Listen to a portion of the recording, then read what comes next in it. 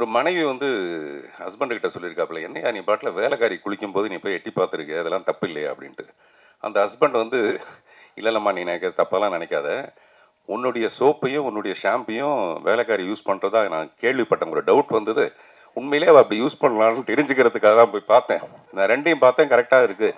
அது ரெண்டுமே வந்து அவங்க சொந்த தான் தெரிஞ்சுது எனக்கு அப்படின்ட்டு. வாங்க, வேலைக்காரின்னு டக்குன்னு வரீங்க பார்த்தீங்களா, வாங்க. வீட்டுக்கு போகணுன்னு பயம் வந்துச்சு. நான் ராஜி பேர் சொல்ல மறந்து போயிட்டேன். பத்திரிகை மற்றும் ஊடக நண்பர்களுக்கு காலை வணக்கம்னு ஆரம்பிக்கலான்னு பார்த்தோம்.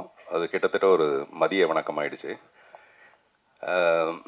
திப்பு சுல்தான் வந்து நிறைய போர் செஞ்சுருக்காரு.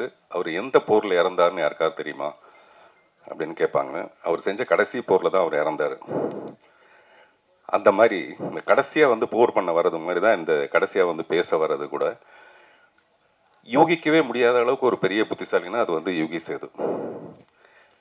அவர் உண்மையிலே ஒரு தடவையும் நம்ம அவரை பற்றின ஒரு கணக்கு வச்சுருப்போம், அவர் இவ்வளோ தான் புத்திசாலியாக இருப்பாருன்ட்டு. பட் அதை வந்து நம்மளுடைய இமேஜினேஷனுக்கு மேலே ஒவ்வொரு தடவை பேசும்போதும் அந்த மாதிரி தான். இந்த கற்றோரை காமுறுவர் மாதிரி உங்கள் மேலே பயங்கர காதல் சார்.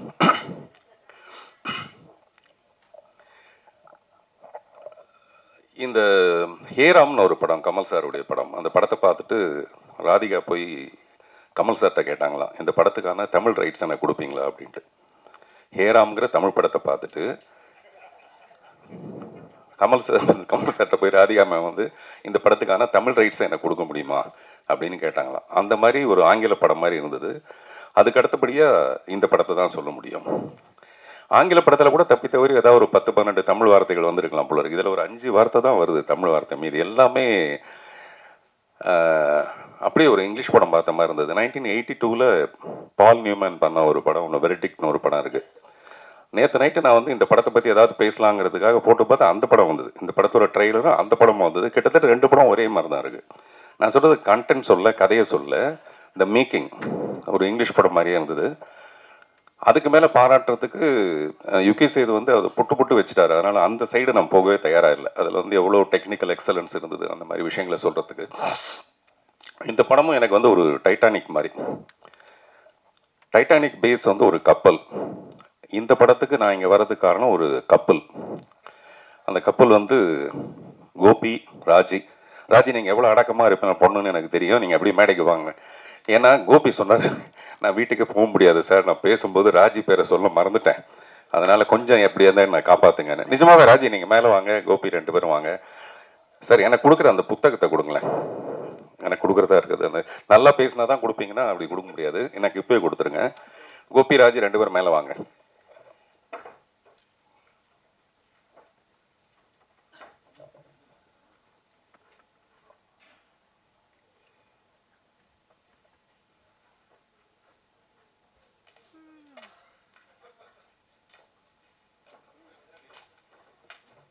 மேடையில் நிற்க வச்சு கலாய்க்கிறது பெரிய விஷயம் இல்லை.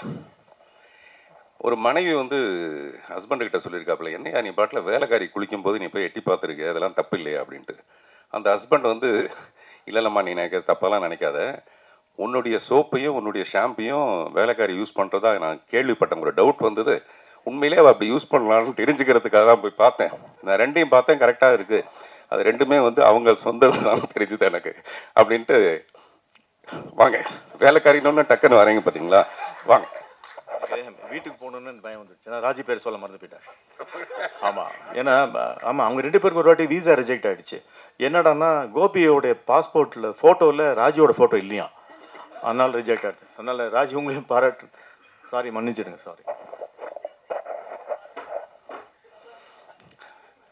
நான் வேலைக்காரின்னு ஒன்றா டக்குன்னு இறங்கி வந்துட்டார், மேலே வந்துட்டார் போல இருக்கு அப்படின்னு நினச்சேன் நான். இல்லை நீங்கள் நல்ல வேலைக்காரன், அதுக்காக. ஷாம்புன்னு ஒன்று வேறு எதாவது வந்தது எனக்கு, அப்படி நிறையா வரும்னு தெரியும் நமக்கு. இல்லை எதுக்காக சொல்ல வரேன்னா, இந்த மாதிரி ஒரு சமாளிக்கிற புருஷனுக்கு நடுவில் நேற்று நான் கோபிக்கிட்ட சொன்னேன், சார் நான் வந்து இந்த படத்தோட ட்ரெய்லர் எனக்கு அனுப்புங்க பேசுகிறதுக்காக. நான் மெசேஜ் அனுப்பிச்சேன், அவர் கேட்கல, தெரியல. அப்புறம் ஃபோன் பண்ணி சத்தம் போட்டேன், என்ன சார் உங்களுக்கு அது புரிய மாட்டேங்குது, அது உடனே எனக்கு அனுப்பிச்சிருக்கலாம். இல்லை சார் எனக்கு இருக்கிற வேலையில் இந்த இதெல்லாம் பார்க்கறது ரொம்ப கஷ்டமாக இருக்குது, இதை வேற ஒரு பக்கத்தில் கையில் பிடிச்சிட்டு இருக்க வேண்டியதாக இருக்குது இந்த ஃபோனை அப்படின்னா. நான் சொன்னேன், அதுக்கு யாராவது ஒரு பொண்ணை வச்சுங்க சார் பக்கத்தில் ஹெல்ப்புக்கு. அப்படிலாம் வச்சுக்கணுன்னா நான் என் ஒய்ஃபு கிட்ட கேட்கணும் சார் அப்படின்னு. எனக்கு தெரிஞ்சு ஒய்ஃபை கேட்டு வச்சுக்கிற ஒரே ஒரு ஆள் வந்து கோபியாக தான் இருக்க முடியும். கோபியோட ராஜ்யம் இப்படி பிரமாதமாக இருக்கிறதுக்கு காரணமே ராஜி தான். யாராவது ஃபோனை சொல்லுவாங்களா சார்? நீங்கள் வேறு இப்போ தான் நீங்கள் பெரிய புத்திசாலின்னு சொன்னேன் நான். நீங்கள் ஃபோனை வச்சுக்கணுமா? ஒரு 2 டவுட் வேறு கேட்குறீங்க நீங்கள். ஸோ இப்படி எதுக்காக சொல்லணும்னா, இந்த மாதிரி ஒரு கப்பல் அமைகிறது ரொம்ப ரொம்ப கஷ்டமான ஒரு விஷயம். ஒரு ஃபியூ இயர்ஸ் வந்து அப்படி இருக்கலாமே தவிர, கடைசி வரைக்கும் பொண்டாட்டி பேச்சையே கேட்டுட்டு ஒரு புருஷன் இருக்கிறாங்கிறது அந்த போராட்டம் வந்து கோபிக்கு தான் போய் சேரும். அந்த மாதிரி நம்ம எங்கேயோ ஆரம்பித்து வெறும் கோபி ராஜியோட உண்மையிலேயே அவங்க 2 பேரும்கிட்டையும் ஹாசினி சொன்ன மாதிரி அவங்ககிட்ட ஒரு பொறுப்பை ஒப்படைச்சிட்டோம்னா டெஃபினட்டாக அவர் வந்து முழுக்க கோபி அதை பிரமாதமாக படுத்திடுவார். சில பேர் படுத்திடுவாங்க, பட் இவர் பிரமாதப்படுத்திடுவார். வரலட்சுமி அது பெரிய வரம் அவங்களுக்கு.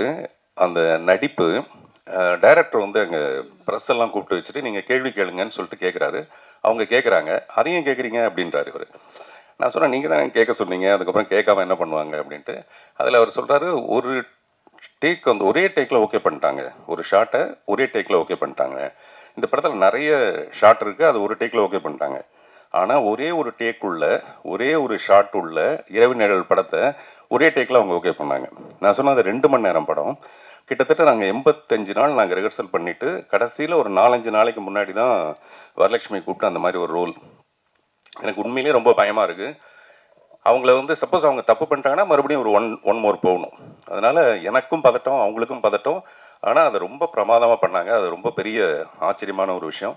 அதே மாதிரி இவ்வளோ அமௌண்ட் ஆஃப் இங்கிலீஷ் நான் பேசினது இல்லைன்னு சொன்னீங்க. ஆனால் எவ்வளோ அமௌண்ட்டுன்னு மட்டும் சொல்லலை. இந்த படத்துக்கு இவ்வளோ அமௌண்ட் வாங்கினேன் அப்படின்னு கூட சொல்லலை நீங்கள். அது வந்து ப்ரொடியூசர் கொஞ்சம் அதிகமாக கொடுத்துருப்பாருன்னு நினைக்கிறேன்.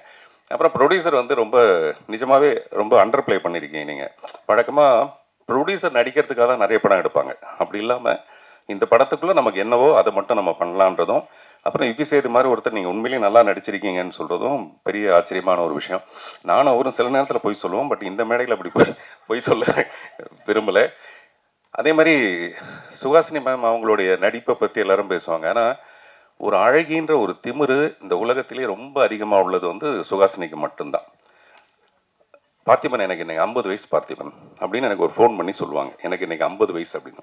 நீங்கள் யோசிச்சு பாருங்கள், எல்லா பெண்களும் ஒரு 28 வயசுக்கு அப்புறம் வயசை மறந்துடுவாங்க, நம்பரை மறந்துடுவாங்க, சொல்ல மாட்டாங்க. 50 வயசுலேயும் ஒரு பெண் வந்து எனக்கு 50 வயசு ஆகிடுச்சுன்னு சொல்லணும்னா அப்போ தன்னுடைய திமிர் மேலே எவ்வளோ பெரிய ஒரு அழகு இருக்கணும். பாரு, நான் 50 வயசில் எவ்வளோ அழகாக இருக்கேங்கிறது. அந்த மாதிரி ரொம்ப செல்ஃப் கான்ஃபிடென்ஸ்னா அப்படி ஒரு கான்ஃபிடென்ஸு. எனக்கு மணிரத்னத்து மேலே லவ், மணிரத்னத்துக்கு சுகாசினி மேலே love. A is equal to B, B is equal to C, then A is equal to C, அந்த மாதிரி. So we love you all. Director இந்த படத்தில் ஒரு பாட்டு எழுதுறதுக்காக என்னை வந்து சந்தித்தார். அப்போ அந்த சுச்சுவேஷன் சொன்னார். அவர் சுச்சுவேஷன் சொல்லும்போது எனக்கு இளையராஜா சார் சொன்ன ஒரு ஞாபகம் வருது.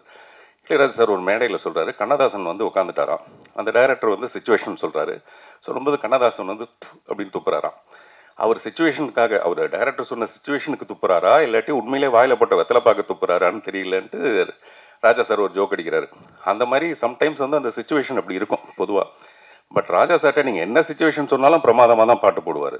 சிட்டுக்குருவின்னு ஒரு படம் 8 சாங்கு ஹிட்டு. அது ஒன்றும் படத்தோட சுச்சுவேஷன் சொல்லி பண்ணது கிடையாது. அப்படிப்பட்ட ஒரு மியூசிக் டைரக்டர்.